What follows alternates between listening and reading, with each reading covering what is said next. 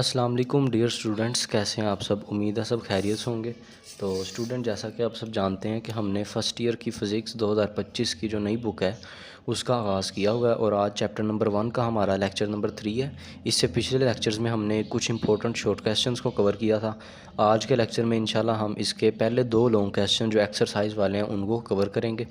Basically होता इस तरह है कि जो एक्सरसाइज वाले लॉन्ग क्वेश्चन है बेसिकली वही अंदर जो टॉपिक्स हैं उन वही लॉन्ग क्वेश्चन सेम है, ठीक है। यानी कि आपने अंदर से लॉन्ग करें या तो एक्सरसाइज वाले करें, वो सेम ही होते हैं, ठीक है। तो एक्सरसाइज में बेसिकली सिर्फ और सिर्फ स्टेटमेंट लिखी होती है, आपको क्वेश्चन दिया होता है, फिर आपने सोल्व करना है उसको बुक में से ढूंढ कर कुछ एक्स्ट्रा पॉइंट्स वगैरह ऐड करके। तो वो सारी चीज़ें हम नोट्स वगैरह में ऐड कर देते हैं। तो ये नोट्स आपके साथ इसीलिए शेयर किए जाते हैं। आप बुक के पेज से भी ये देख सकते हैं।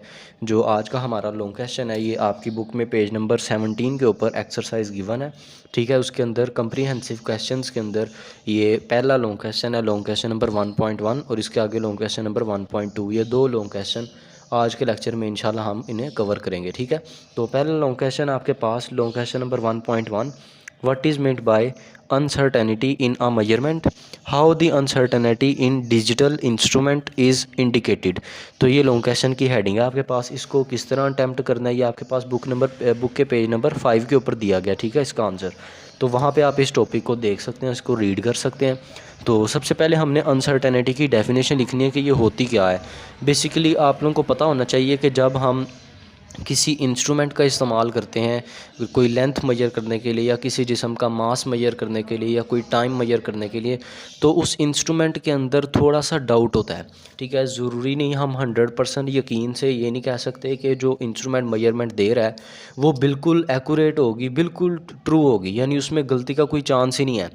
तो इस यही जो हमारा शक होता है, हमारा डाउट होता है, जिसकी वजह से हम 100% उस मेजरमेंट को परफेक्ट नहीं कह पाते, इस शक को ही बेसिकली हम कहते हैं ये अनसर्टेनिटी है, ठीक है। ये अनसर्टेनिटी इसको कहते हैं। तो इसकी डेफिनेशन देखें, van ever a physical quantity is measured, कि जब किसी भी फिज़िकल क्वांटिटी को मेजर किया जाता है, ठीक है, some level of uncertainty is present due to the limitation of measuring instruments and measuring process.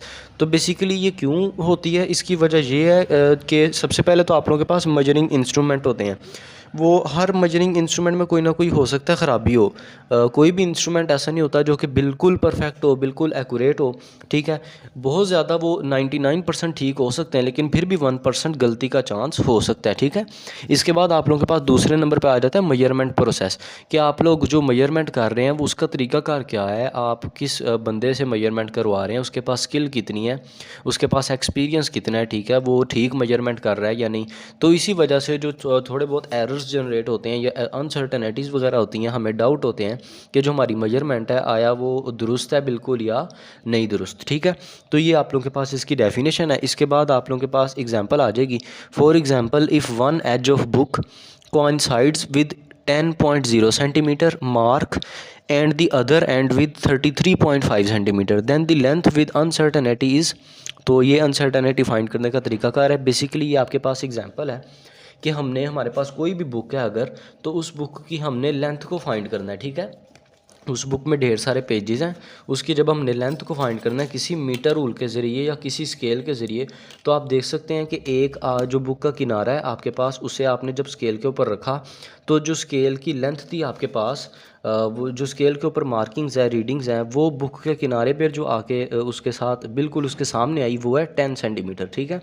और जो दूसरे किनारे पर आपके पास स्केल की जो रीडिंग आई वो थी आपके पास कितनी, वो है 33.5 सेंटीमीटर, ठीक है। तो ये 2 मेजरमेंट्स यानी इनिशियल और फाइनल उसकी हमने वैल्यूज़ को फाइंड किया। तो जब हमने टोटल फाइंड करना होता है कि इसकी लेंथ कितनी है बुक की, तो क्या करेंगे, इन दोनों को माइनस कर देंगे, यानी 33.5 में से 10 को माइनस कर देंगे तो हमारे पास आंसर आ जाएगा 23.5 सेंटीमीटर, ठीक है।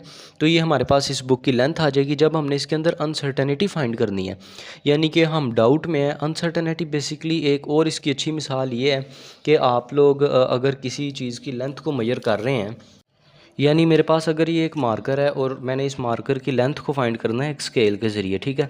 तो जब मैं इसकी लेंथ को मेजर करूँगा तो मैं इसका एक एज जो है बिल्कुल वो ज़ीरो के ऊपर रख दूँगा, ठीक है।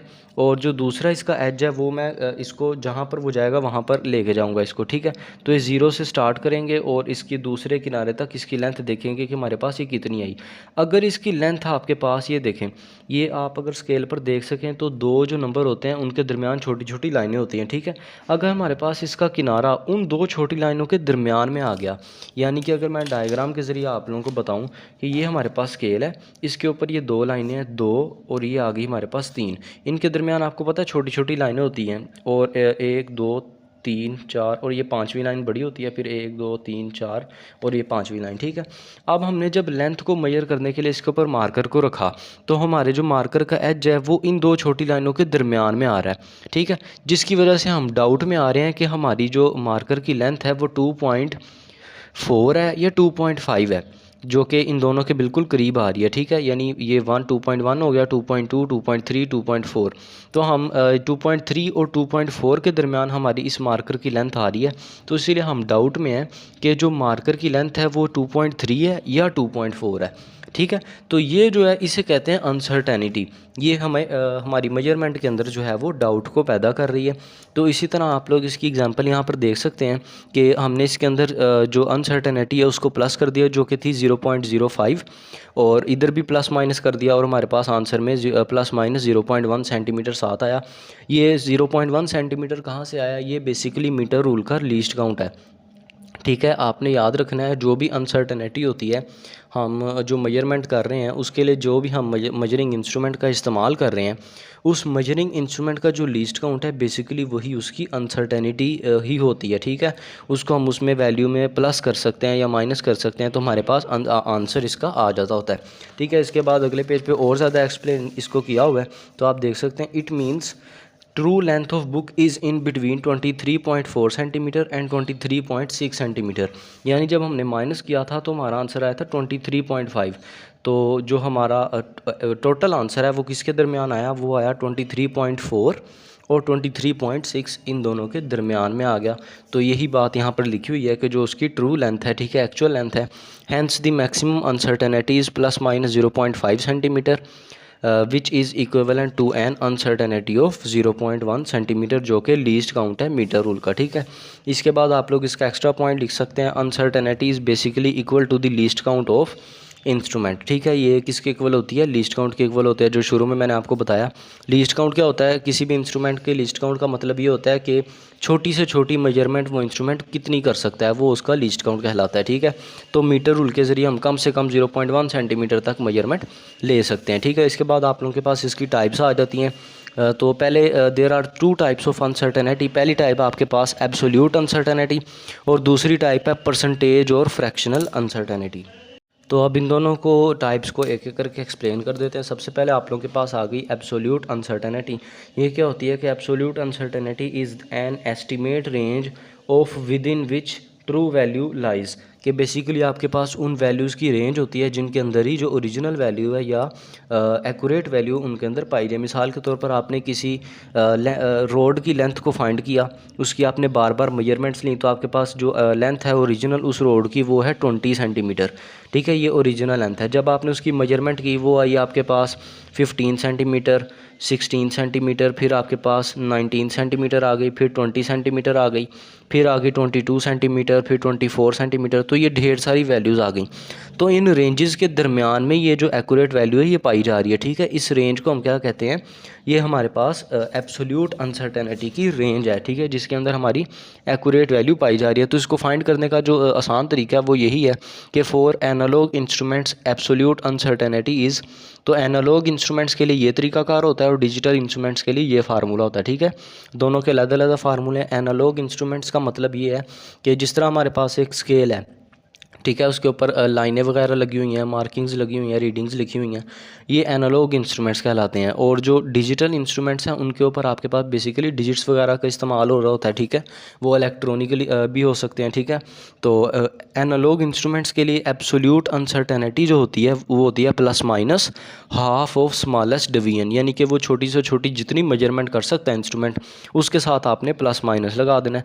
और जो डिजिटल इंस्ट्रूमेंट्स हैं उनके लिए एब्सोल्यूट अनसर्टेनिटी होती है कि आपने जो स्मॉलेस्ट डिवीजन है उसके साथ आपने हाफ प्लस माइनस को लगा देना होता है। ठीक है, तो ये बेसिकली आपके पास plus minus of least count के इक्वल होती है। तो ये एब्सोल्यूट अनसर्टेनिटी थी। इसके बाद आप लोगों के पास आ जाती है फ्रैक्शनल अनसर्टेनिटी। तो फ्रैक्शनल अनसर्टेनिटी नाम से ही इसका मतलब जाहिर है कि फ्रैक्शनल का मतलब होता है रेशो या किसी दो चीज़ों को डिवाइड कर देना। ठीक है, जिस तरह पी ओवर क्यू, इन दो नंबरों को डिवाइड कर देना, तो ये आपके पास फ्रैक्शन है या जिसे रेशो कहते हैं। तो इसकी डेफिनेशन देखिए, fractional uncertainty is the ratio between absolute uncertainty and measured value. तो एब्सोल्यूट अनसर्टेनिटी और मेजर वैल्यू को जब हम डिवाइड कर देंगे तो हमारे पास वो किसके बराबर आएगी, वो आएगी फ्रैक्शनल अनसर्टेनिटी के बराबर। And percentage uncertainty is given by multiplying this ratio by 100। तो जब हम इस रेशो को 100 से मल्टीप्लाई कर देंगे तो हमारे पास जो नई अनसर्टेनिटी बनेगी उसको क्या कहेंगे, वो हमारे पास होगी परसेंटेज अनसर्टेनिटी। ठीक है, इसका आप फार्मूला भी देख सकते हैं कि एब्सोल्यूट अनसर्टेनिटी और मेजर्ड वैल्यू इन दोनों को डिवाइड कर दिया, इन दोनों की रेशो ये आपके पास फ्रैक्शनल के इक्वल आ गई। और जब इन दोनों को डिवाइड करके 100 से मल्टीप्लाई कर देंगे तो हमारे पास बेसिकली परसेंटेज अनसर्टेनिटी आ जाएगी। तो ये दो फार्मूले आप लोग इसके याद कर सकते हैं इसके साथ। तो इसके साथ आप लोगों के पास आगे इसका लास्ट हेडिंग आ जाती है जो कि है डिजिटल इंस्ट्रूमेंट्स के बारे में, कि अनसर्टेनिटी इन डिजिटल इंस्ट्रूमेंट किस तरह फाइंड की जाती है। तो पहले इसकी डेफिनेशन या मेन पॉइंट क्या है कि some modern measuring instruments have a digital scale. ठीक है, जो जदीद आलात इस्तेमाल हो रहे हैं किसी भी चीज़ की पैमाइश करने के लिए तो वो क्या होते हैं, वो डिजिटल होते हैं। उनके ऊपर डिजिट्स वगैरह का इस्तेमाल होता है। ठीक है, उनके ऊपर डायल्स वगैरह नहीं होते, मार्किंग्स नहीं होती। तो we usually estimate one digit beyond what is certain with a digital scale. This is reflected in some fluctuations of last digit. Basically इसका मतलब ये है कि इसकी मिसाल पहले आप लोग देखें फिर आप लोगों को इसकी और ज़्यादा अच्छी तरीके से समझ आ जाएगी। तो इसकी मिसाल लिखी हुई है, let a digital thermometer gives reading 23.4 degree centigrade, but if watch it for a few seconds it changes या fluctuates to 23.5 or 23.6 degree Celsius. This small change in last digit indicates the uncertainty of instrument. तो basically इस मिसाल में उन्होंने ये बताया कि आप किसी थर्मोमीटर के ज़रिए किसी चीज़ का टेम्परेचर मेजर कर रहे हैं। ठीक है, डिजिटल थर्मोमीटर है, उसके ऊपर डिजिट्स का इस्तेमाल होगा। तो आपने जब टेम्परेचर को मेजर किया तो उसकी वैल्यू आपके पास कितनी आई, वो थी 23.4 डिग्री सेंटीग्रेड, ये वैल्यू आई। लेकिन अगर आप कुछ सेकंड्स के बाद देखेंगे तो वैल्यू मुसलसल चेंज हो रही है। ठीक है, वो जो वैल्यू है उसका आखिरी डिजिट है पॉइंट के बाद वाली वैल्यू 0.4 है, वो 0.5 बन रहा है, फिर 0.6 बन रहा है, फिर 0.45 बन रहा है। इस तरह ये चेंजिंग आ रही है, इसको हम कहते हैं फ्लक्चुएशन इन लास्ट डिजिट। ठीक है, तो बेसिकली यही चीज़ जो है वो अनसर्टेनिटी क्रिएट करेगी, ये हमारा डाउट और ज़्यादा बढ़ा देगी कि एक्चुअल मेजरमेंट क्या है। ठीक है, तो ये है डिजिटल इंस्ट्रूमेंट्स के अंदर अनसर्टेनिटी। इसके साथ आप लोग इसके एक्स्ट्रा पॉइंट लिख सकते हैं कि if last digit fluctuates by 1 और 2, अगर लास्ट डिजिट 1 या 2 से ही चेंज हो रहा हो नंबर से, यानी कि लास्ट पे अगर 23.4 है ना तो ये 23.5 बन रहा है या 23.3 बन रहा है। इस तरह अगर चेंज हो रहा है तो फिर आपने क्या करना है, write down the last digit. आपने आखिरी डिजिट को इस तरह ही लिख लेना है। If fluctuation is more than 2, अगर आपके पास ये फ्लक्चुएशन 2 से ज़्यादा हो रही है, यानी ये ओरिजिनल वैल्यू है 23.4, ये मुसलसल इस तरह चेंज हो रहा है, ये बन रहा है 23.6 या 23.2 इस तरह आ रहा है, तो फिर आपने क्या करना है, यानी दो का इजाफा आ रहा है या कमी आ रही है, then it may mean that reading is affected by some factor like air currents. तो इसका मतलब ये है कि आप जो इंस्ट्रूमेंट इस्तेमाल कर रहे हैं वो किसी ना किसी चीज़ से मुतासिर हो रहा है। वो इन्वायरमेंटल इशू भी हो सकता है, वो उस इंस्ट्रूमेंट का कोई टेक्निकल इशू भी हो सकता है, तो आप लोग उसको चेक कर सकते हैं। ठीक है, तो ये आप लोगों के पास इसकी डिजिटल इंस्ट्रूमेंट्स के अंदर अनसर्टेनिटी थी। इसके बाद आप लोगों के पास आ जाता है इंडिकेशन ऑफ अनसर्टेनिटी, कि किस तरह अनसर्टेनिटी को डिजिटल इंस्ट्रूमेंट्स में इंडिकेट किया जाता है, ज़ाहिर किया जाता है। तो uncertainty is usually indicated by using significant figures. तो सिग्निफिकेंट फिगर्स का इस्तेमाल करते हुए हम अनसर्टनिटी को इंडिकेट कर सकते हैं, which gives the accuracy of recorded value. ठीक है, ये अब सिग्निफिकेंट फिगर्स क्या होते हैं इनको डिटेल के साथ कल के लेक्चर में ही डिस्कस करेंगे। फ़िलहाल के लिए अगला लॉन्ग क्वेश्चन देखते हैं, जो हमारे पास लॉन्ग क्वेश्चन नंबर 1.2 है। वो आप लोगों के पास ये भी एक्सरसाइज के अंदर दिया गया। ठीक है, पेज नंबर 2 के ऊपर, पेज नंबर 17 है एक्सरसाइज का। ठीक है, पेज नंबर 17 के ऊपर इसका जो हेडिंग है, जो क्वेश्चन है वो आप लोगों को दिया गया है। ठीक है, और इसका आंसर ये आप लोगों के पास यहाँ पे नोट्स के ऊपर लिखा हुआ है। तो ये लॉन्ग क्वेश्चन क्या है, differentiate between the terms precision and accuracy with reference to measurement of physical quantities. तो बेसिकली आपने प्रिसीजन और एक्यूरेसी के अंदर फ़र्क लिखना है। ठीक है, फिजिकल क्वांटिटीज़ का इस्तेमाल करते हुए। तो सबसे पहले आप लोगों ने इनकी डेफिनेशन लिखनी है कि ये होता क्या है। तो प्रिसीजन क्या होती है, precision shows that how close measured values with each other, कि जो हमने मुख्तलिफ मेजरमेंट्स लिए हैं उनका वो आपस में कितनी ज़्यादा करीब है, वो उसकी प्रिसीजन को ज़ाहिर करती है। मिसाल के तौर पर अभी मैंने आपको मिसाल दी थी कि अगर हमारे पास कोई रोड है, उसकी अगर हमने लेंथ को फाइंड किया तो हमारे पास आई 10.1 सेंटीमीटर। ठीक है, जबकि उसकी जो ओरिजिनल लेंथ है वो आपके पास है 10 सेंटीमीटर। और इसके बाद फिर दोबारा किसी और स्टूडेंट ने मेजर की तो उसकी लेंथ आ गई 10.01 सेंटीमीटर। फिर किसी और स्टूडेंट ने मेजर की 10.002 सेंटीमीटर आ गई। तो आप देख सकते हैं कि ये आपस में कितनी ज़्यादा क्लोज़ हैं। ये पॉइंट्स का फ़र्क बस इसमें आ रहा है। तो इसका मतलब ये जो वैल्यूज़ हैं ये बहुत ज़्यादा प्रिसाइज़ हैं। ठीक है, तो precision shows that how close measured values with each other. और अगर ये वैल्यूज़ जो एक्यूरेट वैल्यू है, ये ट्रू वैल्यू है, उसके बहुत ज़्यादा करीब होंगी, तो इसका मतलब क्या होगा, वो एक्यूरेसी होगी, जो कि आगे हम देखते भी हैं। तो इसके साथ आपने इसका एक्स्ट्रा पॉइंट लिखना है, it can be affected by random errors. तो प्रिसीजन किस तरह मुतासिर हो सकती है, रैंडम एरर के ज़रिए मुतासिर हो सकती है। अब ये रैंडम एरर क्या होते हैं, आप लोगों को पता होना चाहिए कि जब हम मेजरमेंट कर रहे होते हैं तो मेजरमेंट के दौरान कुछ एरर्स जनरेट हो सकते हैं। ठीक है, उन एरर्स की कुछ टाइप्स होती हैं, जिनमें रैंडम एरर्स हैं, ह्यूमन एरर्स हैं और सिस्टमेटिक एरर्स होते हैं। ठीक है, रैंडम एरर्स ऐसे एरर्स होते हैं जो कि बेसिकली आम तौर पर इन्वायरमेंट की कंडीशन की वजह से जनरेट होते हैं। ठीक है, मौसमी हालात की वजह से वो जनरेट हो सकते हैं। ठीक है, तो ये उसकी वजह से भी मुतासिर हो सकती है प्रिसीजन, यानी कि वैल्यूज़ में बहुत ज़्यादा फ़र्क आ सकता है अगर रैंडम एरर्स होंगे। तो इसके बाद आप लोगों के पास इसका पर्पज़ आ जाएगा कि इसका मकसद क्या होता है।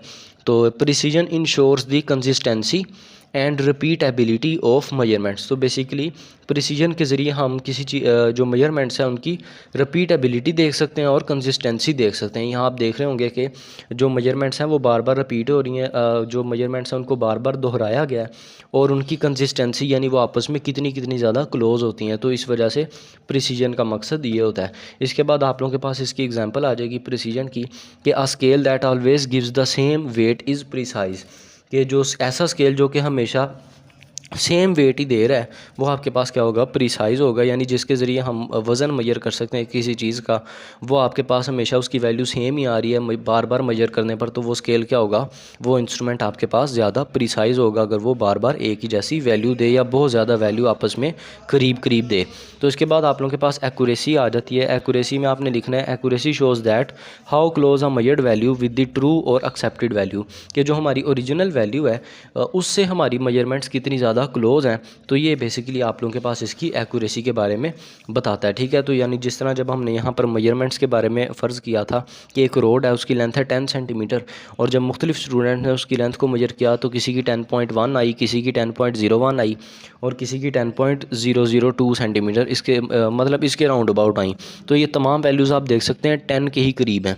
ठीक है, 10 के बहुत ज़्यादा करीब है, तो इसका मतलब ये एक्यूरेट भी हैं। ठीक है, तो इस तरह आप लोग एक्यूरेसी भी देख सकते हैं। It can be affected by systematic errors. तो ये बेसिकली सिस्टमेटिक एरर की वजह से इफ़ेक्ट हो सकते हैं, असरअंदाज हो सकते हैं।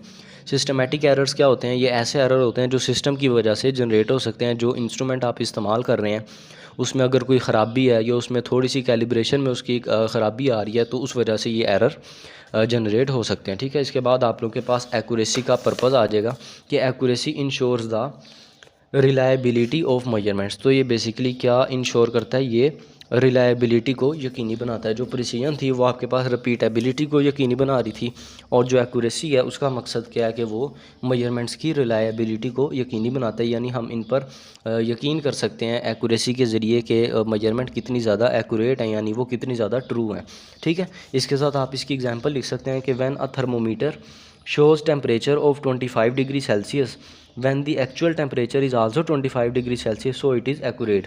कि अगर हमने किसी जगह का टेम्परेचर हमें पता है वो है 25 डिग्री सेल्सियस, और अगर हमने किसी थर्मोमीटर के ज़रिए उसका टेम्परेचर मेजर किया किसी इंस्ट्रूमेंट के ज़रिए, तो उसने भी आंसर 25 डिग्री ही दिया, तो इसका मतलब कि वो इंस्ट्रूमेंट क्या है, वो एक्यूरेट है, क्योंकि उसने जो वैल्यू दी वो ओरिजिनल वैल्यू के करीब है, जो ओरिजिनल वैल्यू बिल्कुल उसके सेम है।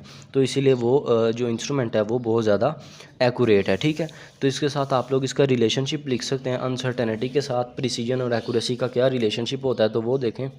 तो ये पॉइंट्स हैं आप लोगों के पास। पहला पॉइंट है कि precision is expressed by less absolute uncertainty. तो प्रिसीजन बेसिकली किसके इक्वल होती है, इसका जब हम फार्मूला लिखेंगे, यानी हमने किसी चीज़ की प्रिसीजन फाइंड करनी है किसी मेजरमेंट की, तो वो किस तरह निकला करेगी, वो निकलेगी लेस एब्सोल्यूट अनसर्टेनिटी फाइंड करके। ठीक है, और अगर हमने किसी मेजरमेंट की एक्यूरेसी फाइंड करनी है तो वो कैसे निकलेगी, it is express bye less percentage uncertainty और फ्रैक्शनल अनसर्टेनिटी। तो इस तरीके से निकलेगी। ठीक है, इसके बाद if least count is if least is the smaller than measurement is more precise. तो बेसिकली यहाँ पे लीस्ट नहीं, यहाँ पे लिखा हुआ है लीस्ट काउंट, कि अगर किसी इंस्ट्रूमेंट का लीस्ट काउंट बहुत ज़्यादा कम होगा तो इसका मतलब ये है कि वो इंस्ट्रूमेंट बहुत ज़्यादा प्रिसाइज है। ठीक है, तो लीस्ट काउंट छोटा होना चाहिए अगर आपने ज़्यादा प्रिसाइज मेजरमेंट को हासिल करना है।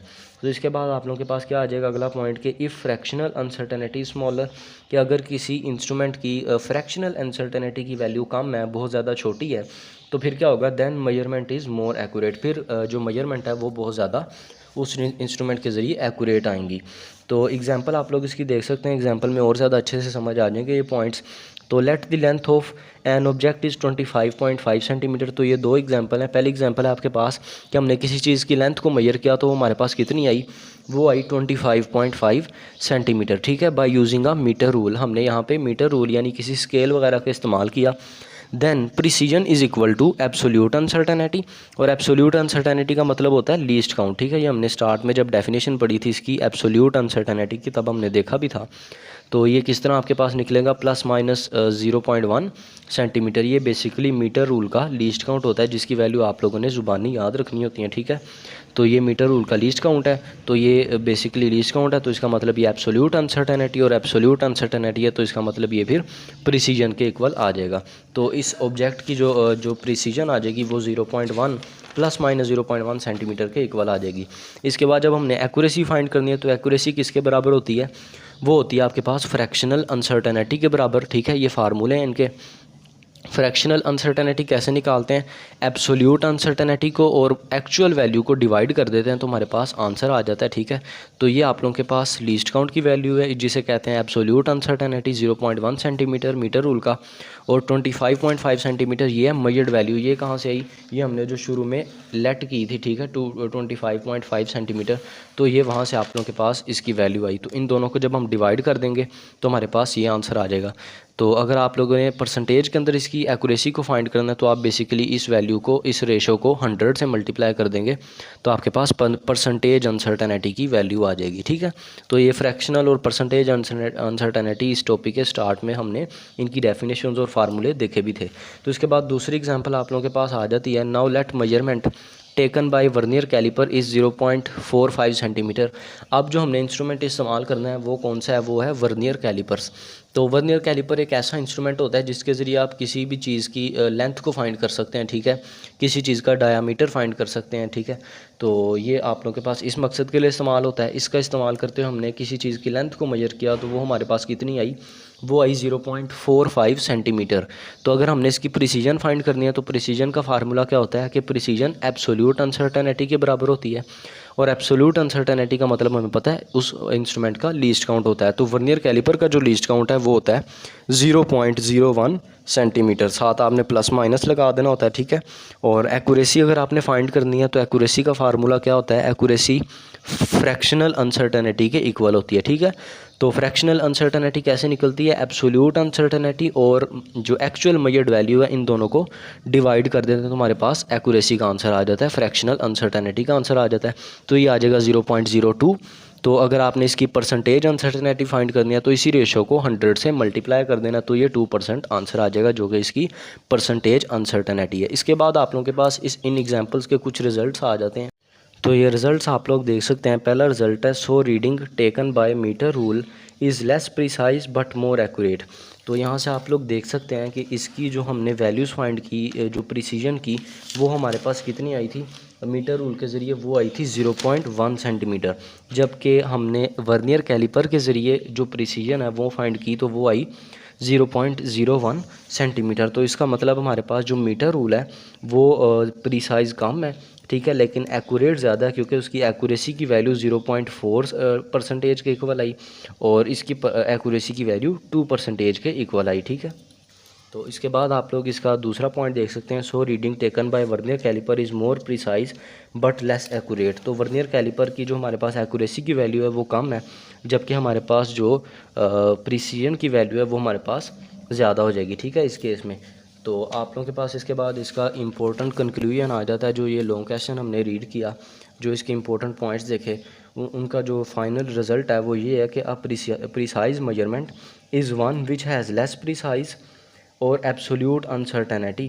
कि प्रिसाइज मेजरमेंट ऐसी मेजरमेंट होती है जिसकी एब्सोल्यूट अनसर्टेनिटी बहुत ज़्यादा कम हो, and an accurate measurement is the one which has less fractional और परसेंटेज अनसर्टेनिटी, ठीक है। तो मेजरमेंट एक्यूरेट कब होती है, जब उसकी फ्रैक्शनल अनसर्टेनिटी की वैल्यू बहुत ज़्यादा कम होती है। तो ये आप लोगों को एमसीक्यूज़ में भी पूछे जा सकते हैं। ये पिछले जो एग्जांपल्स हैं उसके फाइनल पॉइंट्स में भी यही 2 पॉइंट्स ही सेम लिखे हैं, ठीक है। तो इनको आप लोग अच्छे से याद करें। मुझे उम्मीद है आज का लेक्चर आप लोगों को समझ आया होगा। अगर आज की वीडियो आपको अच्छी लगी, इसको लाइक करें, हमारे चैनल को सब्सक्राइब करें और अपने फ्रेंड्स के साथ शेयर करें। मिलते हैं आपसे कल अगले लेक्चर में, तब तक के लिए अपना ख्याल रखिएगा। अल्लाह हाफिज़।